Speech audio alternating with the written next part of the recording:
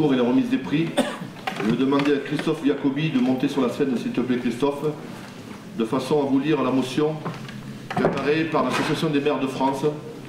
Aujourd'hui est une grande journée de rassemblement au niveau des élus. Et donc, vous remarquez que dans la salle, de nombreux maires et adjoints et conseillers municipaux du secteur sont présents, avec leur écharpe tricolore. Il s'agit simplement de participer à cette manifestation nationale. Je donne la parole à Christophe qui va vous faire la lecture de la motion. Madame le préfet, monsieur le sous-préfet, madame la conseillère régionale, monsieur le sénateur, mesdames et messieurs les conseillers départementaux, mesdames et messieurs les élus, les maires, chers amis, il est bien rare en France d'avoir une manifestation d'élus, qui plus est, distribuant des tracts. Alors pourquoi, direz-vous, les maires et les élus manifestent? C'est la première fois que les maires manifestent de cette façon leur mécontentement. Mobilisation sans précédent partout en France. Les dotations de l'État ne cessent de baisser. Il est prévu que cela continue jusqu'en 2017. Cette mesure se fait déjà sentir dans les communes. Baisse de 12% de l'investissement dans les communes en 2014. On prévoit une baisse d'au moins 25% de ces mêmes investissements des communes dans les années à venir et jusqu'en 2017. Au total, les réductions des dotations prévues par l'État vont atteindre 28 milliards d'euros, dont 56% pour le bloc communal. Conséquence directe, les bâtiments et travaux publics se voient confier moins de travail par les communes, qui investissent moins, donc plus de chômage et même de faillite d'entreprises.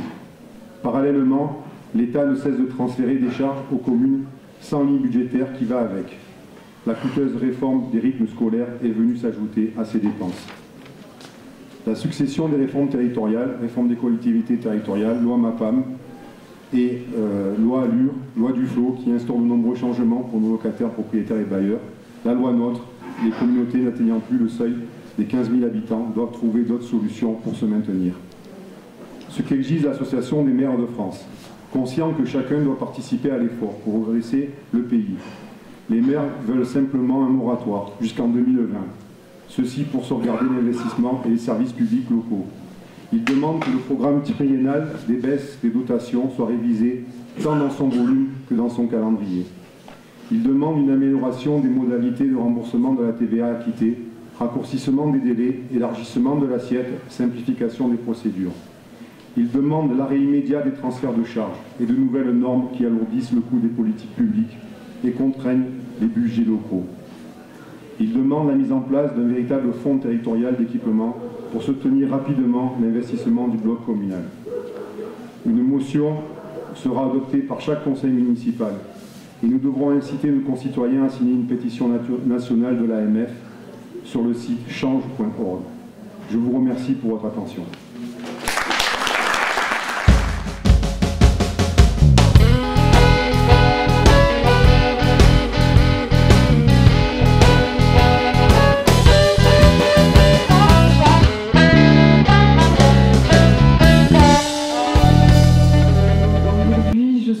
En soutien à la motion qui est déposée par les élus ruraux. La région subit la même chose que toutes les collectivités territoriales, que le conseil départemental, et nous aussi nous sommes face à des baisses de dotation, ce qui n'était jamais arrivé dans l'histoire des régions depuis 2 ans.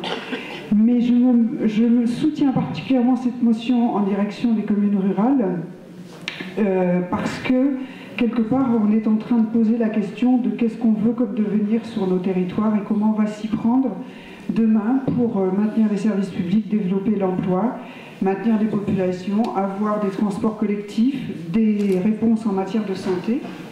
Et en fait, cette motion, elle pose toutes ces questions-là. Donc, en tant qu'élu régional, je voudrais faire le lien, et je profite de la présence des élus nombreux présents, pour dire que la région aujourd'hui, 5 millions d'habitants, je redirais juste que le département des Alpes-de-Haute-Provence, 160 000, le département des Hautes-Alpes, 150 000, à nous deux, les départements alpins ruraux, représentons donc 300 000 habitants au regard des 5 millions. Je ne vous fais pas le calcul ni le pourcentage. Simplement, en fait, j'attire votre attention pour dire qu'aujourd'hui, Moi, en tant que vice-présidente de la région, je me dois aujourd'hui de défendre particulièrement, au-delà de la délégation que j'ai, puisque j'ai une délégation, je me dois de défendre particulièrement les territoires alpins. Et au-delà de la contestation qu'on a par rapport à toutes les lois, mon souci aujourd'hui, c'est de dire de quelle manière nous, les territoires ruraux, allons exister demain. Qu'est-ce que nous voulons? Comment nous allons nous organiser? Quelle intercommunalité nous allons développer? Pour quel projet? Quel territoire de projet? Voilà, donc c'est une question que je vous renvoie parce que aujourd'hui la région investit énormément sur ce territoire. Nous étions hier dans le cadre du contrat d'axe et donc des chemins de fer de Provence. La région a investi 80 millions d'euros sur la rénovation de la ligne, 30 millions dans ce prochain contrat de plan État-région.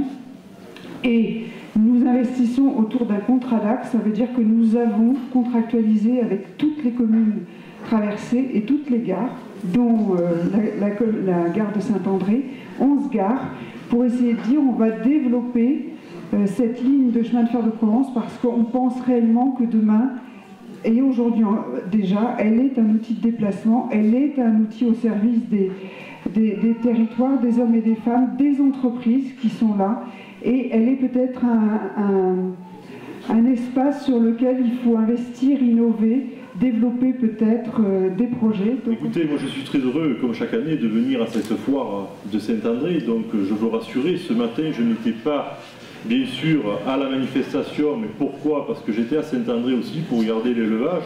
Mais ne vous inquiétez pas, je vous soutiens dans cette démarche, qui est une démarche importante. Et je pense que ça a été entendu au niveau de l'État. Car le 14 septembre dernier, il y a eu un comité interministériel au niveau de la ruralité qui a proposé des réponses à vos questions que vous avez posées tout à l'heure. Et M. Jacobi, les réponses ont été déjà apportées dans certains domaines, comme la simplification administrative. Je fais partie des sénateurs qui sont, malgré dans la majorité gouvernementale, ont demandé à avoir un gel de la DGF, que cela ne soit pas reporté jusqu'en 2020, mais avoir un gel de la DGF. Et je pense qu'aujourd'hui nous sommes entendus par le gouvernement et qu'on va arriver à avoir des solutions. Vous dire aussi qu'il y a eu un fonds de 1 milliard pour les zones rurales, pour les collectivités qui ont été créées. Donc je veux le rappeler quand même, parce que bon, il y a beaucoup de choses négatives au niveau du gouvernement. En ce moment, on entend dire beaucoup de choses, mais il faut dire quand même aussi la vérité. Donc je comprends votre solitude, je comprends votre inquiétude, mais aujourd'hui, le gouvernement ne pouvait pas demander de dire aux Français de faire un effort et ne pas demander aux collectivités territoriales et aux chambres aussi consulaires d'essayer de faire un effort afin d'essayer de redresser les finances de l'État. Ça, c'est le côté au niveau collectivité territoriale. La lecture de votre motion m'amène à répondre à vos inquiétudes sur les finances locales. S'agissant des baisses de dotation de l'État, il est vrai que les collectivités locales participent, comme les autres administrations publiques, à l'effort de redressement des comptes publics. Les engagements de redressement des comptes publics sont un impératif de crédibilité envers nos partenaires, publics comme privés. Cet effort, qui est programmé jusqu'en 2017, est proportionnel au poids des collectivités dans la dépense publique. Il se traduit, comme vous le savez, essentiellement par la baisse de la dotation globale de fonctionnement. Pourtant, ce redressement n'est pas aveugle et le gouvernement prend en compte la situation des collectivités les plus pauvres qui bénéficient de l'augmentation des crédits de péréquation en progression de plus de 307 millions d'euros pour le bloc communal au plan national.